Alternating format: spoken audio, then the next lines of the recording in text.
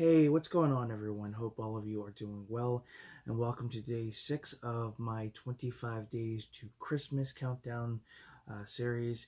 And for day 26, I'm going to be reviewing a Fabled holiday. This came out last weekend on the Hallmark channel, and they do, I believe, 4 movies during the weekend. We get one on Friday and Sunday, and I believe Saturday we get 2 of them. So, A Fabled Holiday is directed by Ruby J. Munro. Monroe. I'm not 100% sure how that is pronounced. The story is by E.S. Dolan Dix, and then the teleplay is by Samantha Herman. And the film stars Brooke D. Orsay, who plays Talia. We've got Ryan Pavey, who plays Anderson, and he's been in other Hallmark Christmas movies. I believe Brooke D. Orsay has also been in a few. We have John Prowse, who plays Charles, Carmel Emmett, who I'm not 100% sure how you pronounce her last name. I will end up butchering some last names here. She plays Diane. David Attar plays Keith, who is Diane's husband. Rochelle Greenwood plays Judy. She's like the lady that's in charge of this inn. We've got Patty Allen, who plays Mildred. Daphne Hoskins, who plays Izzy. Jake Guy, who plays Jake. How original is that? Madeline Heriven, you guys will know that she was in Christmas with the Darlings. She plays a young version of Talia.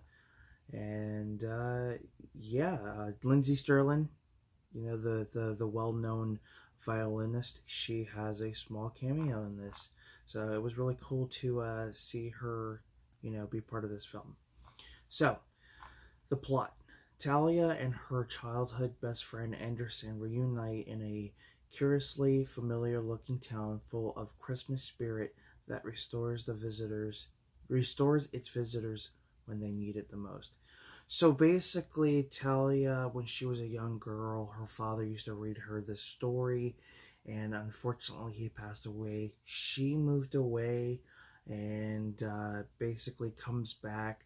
She bumps into Anderson, who was her child best friend, and her and Anderson and a few other guests are in this are at this like inn that things don't seem to be the way they're expecting, and they hear like these little like I want to say like almost like a cross between like a bell and stuff like that. It's like the sound magic makes when you're watching a lot of magic shows, like Once Upon a Time. It's always got that like glimmering sound type of noise.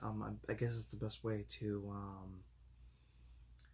describe it. But they start hearing that, and that's usually when like things that when like the characters have an issue that have to be worked out, and everything has been worked out, you kind of hear that. And it was pretty interesting. The people in charge of the motel and just some of the people in town just don't seem to be who they are. You do find out they're actually in the book that Talia used to read when she was a kid. And it's got these little, you got this main story, but at the same time you got these characters who are all dealing with their own issues. You've got, so I'm not messing up, you have Diane and Keith, who are a married couple, and they've been having issues since Diane got a promotion.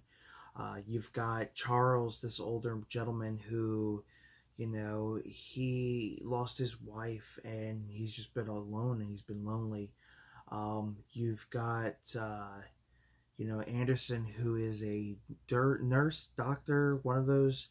I'm not 100% sure exactly, but he had he had a patient that passed away, and that really put a toll on him, and he kind of just like ran away from accepting that that's part of the job.